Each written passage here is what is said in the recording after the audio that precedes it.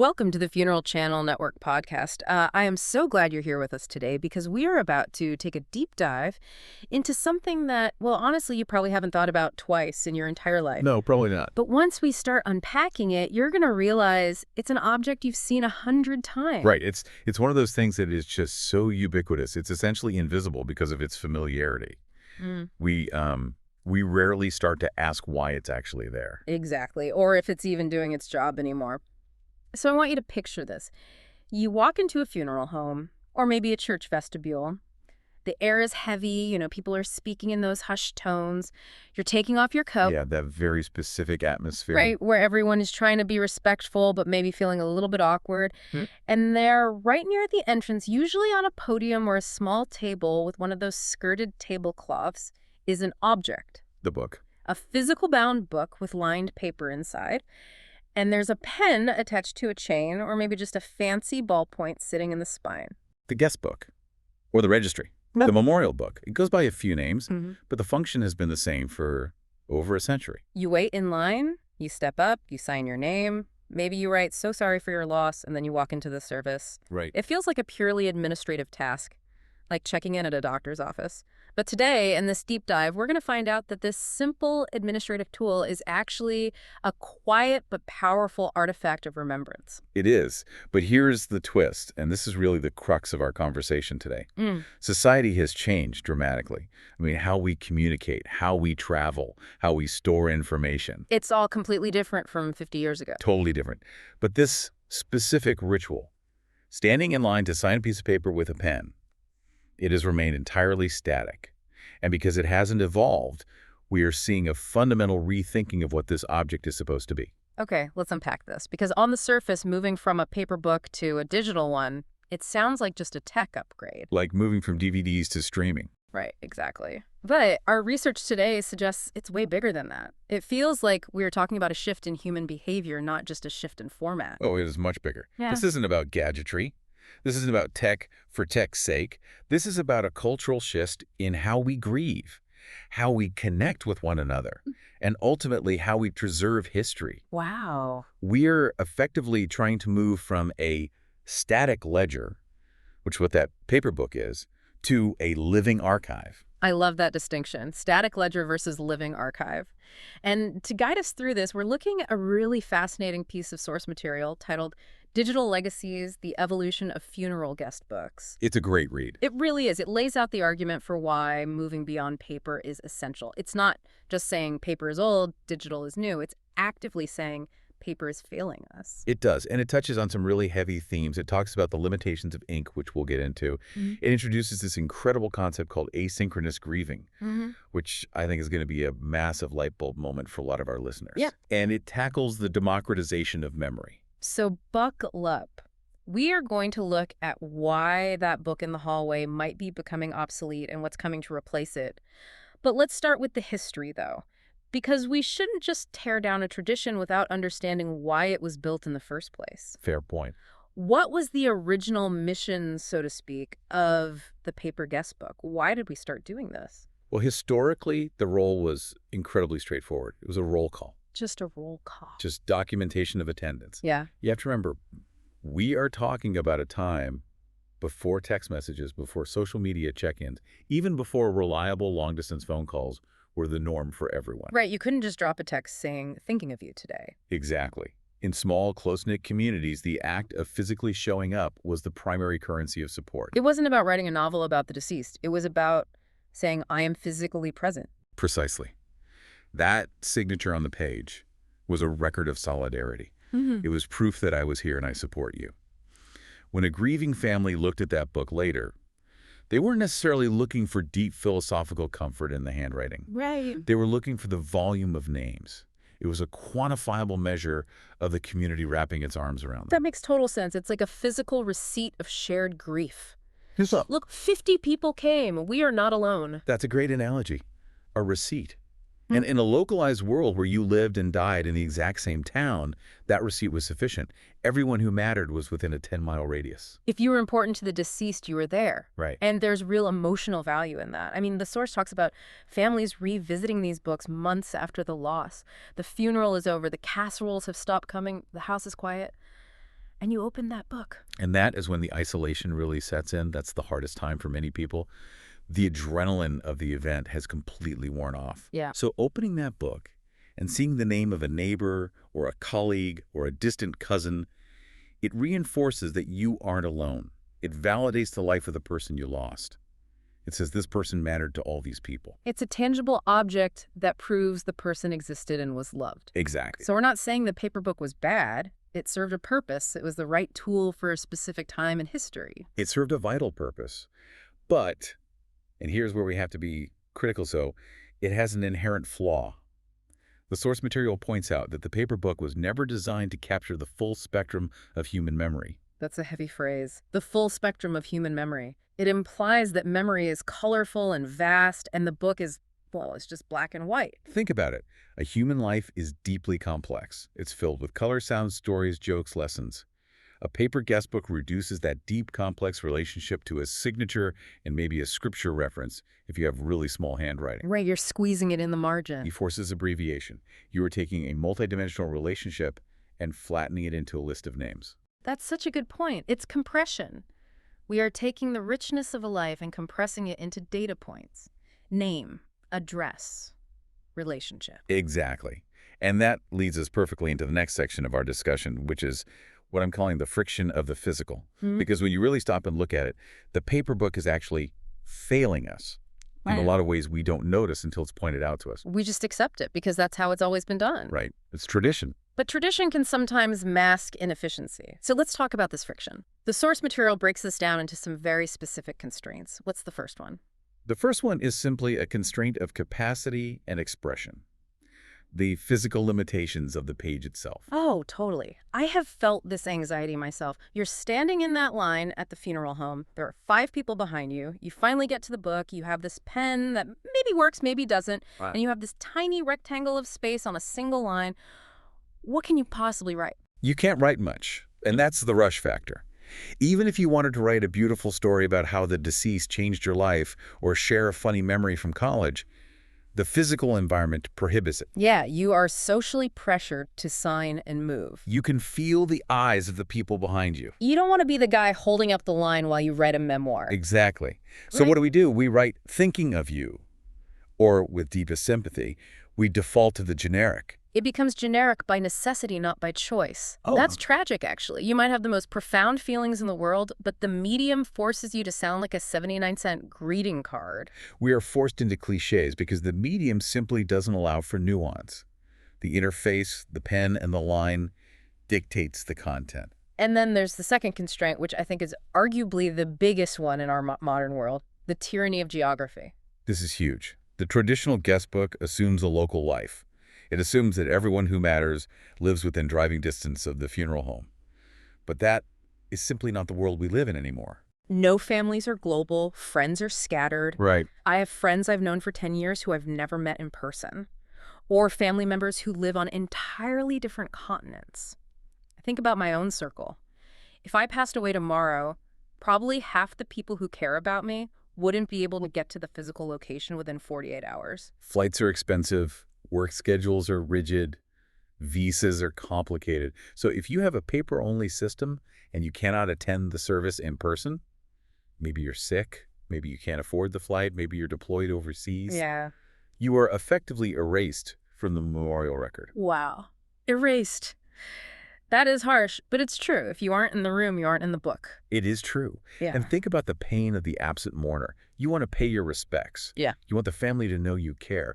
But there is no mechanism for you to sign that book. You can send flowers, sure. You can send a text.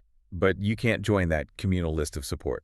And conversely, think about the immediate family. They open that book later and they don't see your name. They might know logically that you couldn't make it, but emotionally, seeing the blank space where your name should be, that feels like disconnection. It really emphasizes the physical separation at a time when you want to feel unity. It turns the guest book into a record of who was local rather than who was loved. That's a powerful distinction, a census of location versus a census of love. And then, okay, let's talk about the object itself, paper. We treat these books like they are permanent records, but they are incredibly fragile. Very vulnerable. We like to think of books as permanent, but they aren't. Fire, water, humidity. But even more common than a disaster is simply the dusty shelf problem. The dusty shelf problem. I know this one well. I think everyone listening knows this one. We all do. The funeral ends, the book goes home, maybe it sits on a coffee table for a week. Then it goes into a drawer because it's painful to look at. Then eventually it goes into a box in the attic or the basement. And it stays there. It is stored away and often completely forgotten. It isn't shared. It isn't integrated into daily life. It becomes a relic rather than a living part of the family's history. It's tragic, really. All that love locked in a box. I remember finding my grandmother's guest book years after she passed. It was tucked away in a cedar chest. The pages were yellowing. The ink was fading. It felt like, I don't know, like a fossil. And that's the issue. It wasn't accessible. If you wanted to see who was there, you had to go physically find the book. You couldn't share it with your cousin in California. It was a single copy document. And there's one more constraint mentioned in the source that I found really profound. It's about time. Yes, the timeline of grief. This is a critical psychological point. The paper book closes when the service ends. Literally, the funeral director takes the pen away, closes the book, and hands it to the family. The record is sealed. But grief doesn't end when the service ends. No, grief is just getting started. The funeral is just the starting line. The paper book offers no mechanism for engagement after the funeral day. So if you remember a great story 3 weeks later, you can't go back and write it in the book. Exactly. If you want to share a photo on the 1-year anniversary, the book is closed. It treats mourning as an event rather than a process. That distinction, event versus process, is so key. The funeral is the event. Grief is the process. And our tools need to match the process, not just the event. Exactly. We have built a tool for a 4-hour window when we need a tool for a lifetime. And that's really what brings us to the solution, or the evolution, I should say, the digital pivot. So let's define what we're actually talking about here, because I think when people hear a digital guest book, they might think Facebook comment thread. And I can hear the collective groan of the audience right now. And we need to be very clear that this is not that. The source material and organizations like the funeral program site are very careful to differentiate this. A digital guest book is a centralized, accessible space specifically designed for condolences, memories, and media. So it's not just a post on a timeline that gets buried by cat videos and political ads the next day. It's not competing for attention. It's not. Not at all. Social media is fragmented. It's transient. It's noisy. It relies on algorithms to show you things. Digital guest books are purpose-built for permanence, privacy, and respectful design. They are creating a sanctuary, not a town square. A sanctuary. I like that. A quiet place on the internet. Yes, a place where you go intentionally to remember. And the content isn't just text anymore. This is where the living archive concept comes in. The paper book is limited to handwriting. The digital book is unlimited in its media. Right. Unlike paper, the digital format breaks the barrier of medium. You can upload photos, you can upload videos, you can leave audio recordings. The audio thing gets me. Imagine hearing your friend's voice telling a story about your dad rather than just reading their signature. It transforms a list of names into what the source calls a multidimensional portrait of a life lived. It's the difference between reading a menu and eating the meal. You get the texture, the sound, the visual history. I imagine this helps capture the personality of the deceased much better. A signature tells you nothing about a person's sense of humor. But a video clip, or a funny story recounted in audio, that brings them back in a way. It creates texture. And it allows for different types of memories. Maybe you don't have a story, but you have a photo from 1985 that the family has never seen. In a paper book, that photo stays in your shoebox at home. Right. In a digital book, that photo becomes part of the family's shared history. And it seems like this isn't about replacing the tradition entirely, but extending it. We aren't saying don't have a service. We are saying let the service live on. That is a crucial point. The funeral program site talks about bridging the gap. You educate families that this isn't about throwing away the past. It's about ensuring the memory survives the future. It's about augmentation, not replacement. Now, earlier you mentioned asynchronous grieving, and I promised the listeners would unpack that. This sounds like a term from a psychology textbook, but the concept is actually really relatable. It is. So asynchronous grieving basically acknowledges that not everyone processes loss at the exact same pace. And specifically, not everyone is ready to communicate at the exact same moment. Which is what the paper book demands. It demands you communicate right now while standing in the vestibule with people waiting behind you. Correct. It demands synchronization. Feel this now. Write this now. But think about the immediate aftermath of a death. You are in shock. You are exhausted. You might be overwhelmed by the crowd. Yeah. This is what we call cognitive load. Your brain is literally full. Many people simply cannot find the right words on the day of the funeral. They are speechless, I've been there. isn't it? You feel like you should say something profound, but your brain is just fog. You end up mumbling, I'm sorry, and moving on. And then later you regret not saying more. So the digital book allows you to step back. You can go home, you can process. And maybe 3 days later or 3 weeks later, when you are sitting quietly with a cup of coffee, the words come. The digital format allows you to write them. It creates a space for reflection. It gives you permission to grieve on your own timeline. It honors the non-linear nature of grief. It allows for messages that are authentic and thoughtful, rather than generic sympathies mumbled in a receiving line because you felt rushed. That is so powerful. It actually improves the quality of the condolences. You get better stories because people have time to think of them. Absolutely. The pressure is removed. When you remove the pressure, you get the truth. You get the real stories, not just the polite ones. Now let's talk about the democratization of presence. This touches back on the geography issue, but it goes deeper into accessibility. It's not just about being in a different city. It does. We talked about the absent mourner due to geography. Digital tools solve that instantly. A link or a QR code allows anyone, anywhere, Tokyo, London, New York, to attend emotionally. And that has to be incredibly validating for the family. It is. Imagine looking at your digital guest book and seeing a heartfelt message from a childhood friend who lives in Australia or a former colleague from a job 20 years ago who moved to another state. It underscores the breadth of the deceased's influence. It reminds the family, look how far this person's light reached. But it's not just about distance, is it? There's a physical accessibility component that I hadn't really thought about until I read the source material. And this is something we often overlook when we design physical spaces. This is a crucial but often overlooked point. Disability and inclusion. Paper books can be physically difficult to use for some people. Right. If you have arthritis or tremors, holding a pen might be impossible. If you use a wheelchair, the podium might be too high. Yeah. If you are visually impaired, the lines on the paper might be invisible to you. Exactly. A paper guest book is by design exclusive. It requires a certain level of physical ability to participate. Digital platforms, however, can offer screen readers. They allow for text resizing.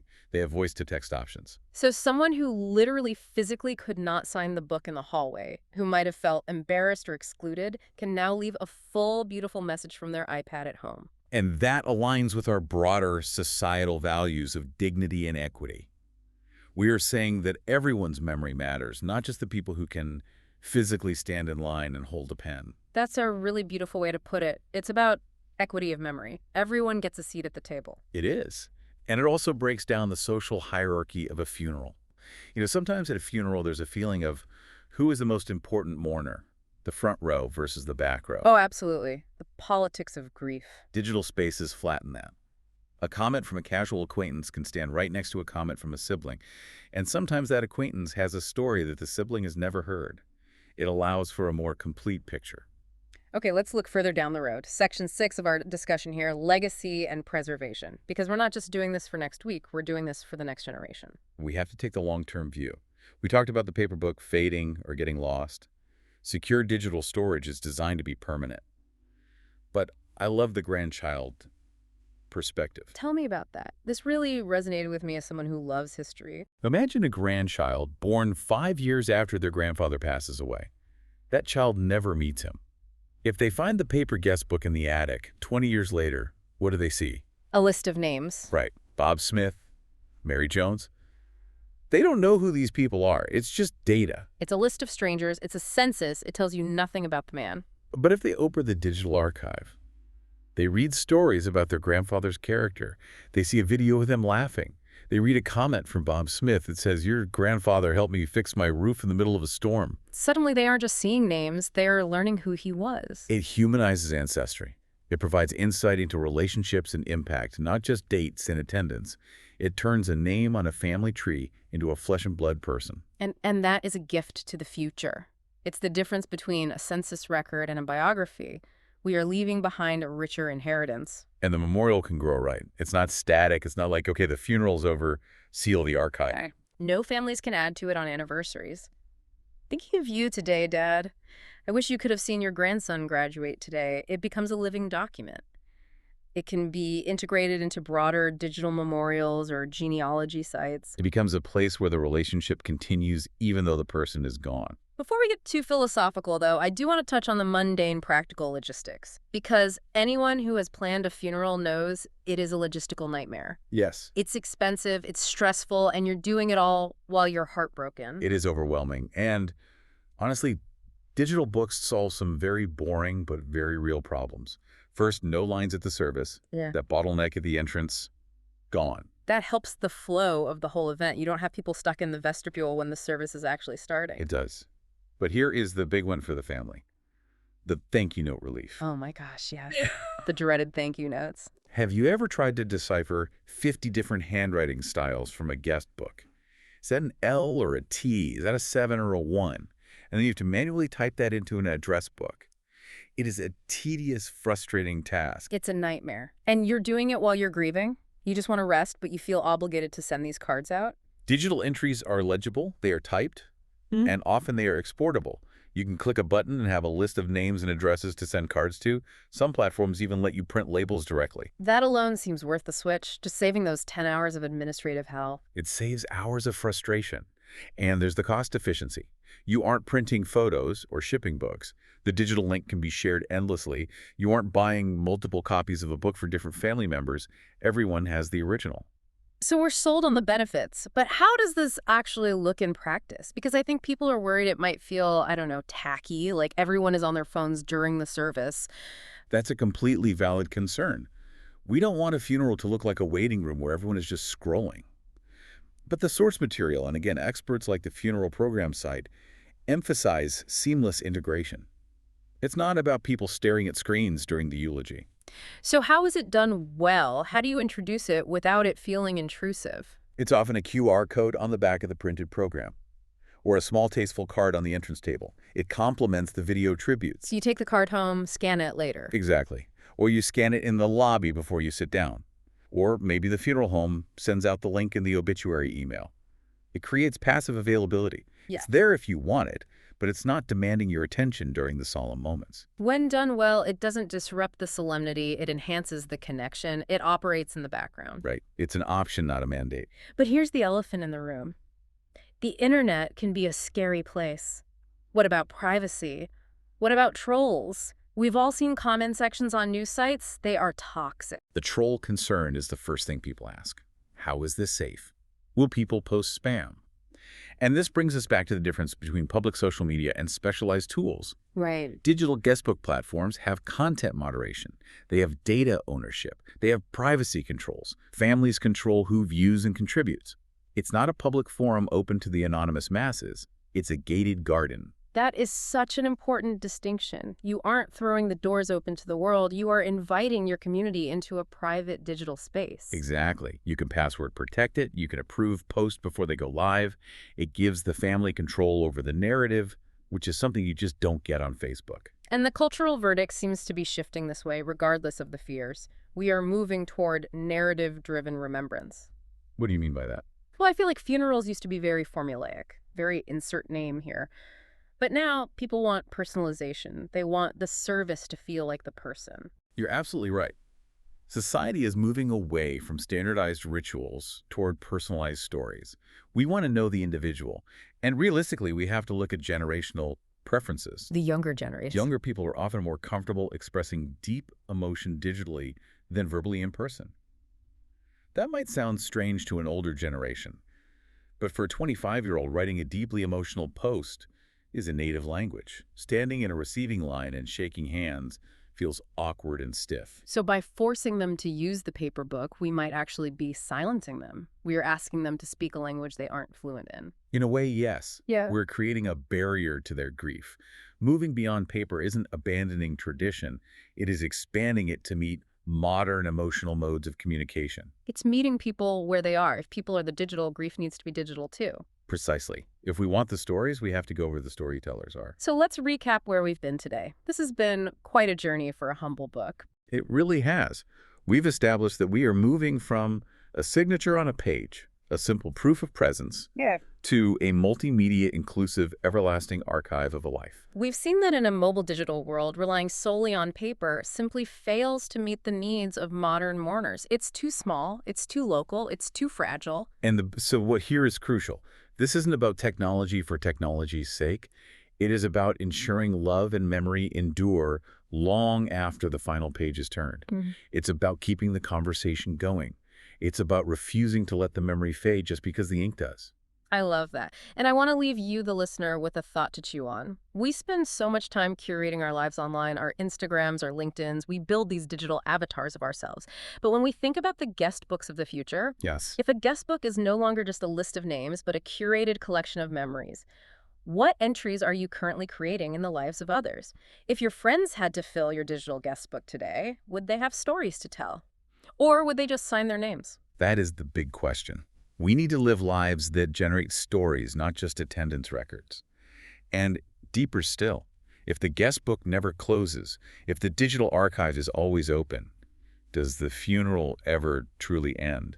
Or does it simply transform into a permanent, evolving conversation? A permanent, evolving conversation. Maybe that's what immortality looks like in the digital age. Not living forever in a body, but living forever in the cloud of memory. It's a beautiful thought. I think I'm going to be thinking about that for a long time. Thank you so much for guiding us through this deep dive. It was a privilege. And thank you to everyone listening. We'll see you on the next deep dive.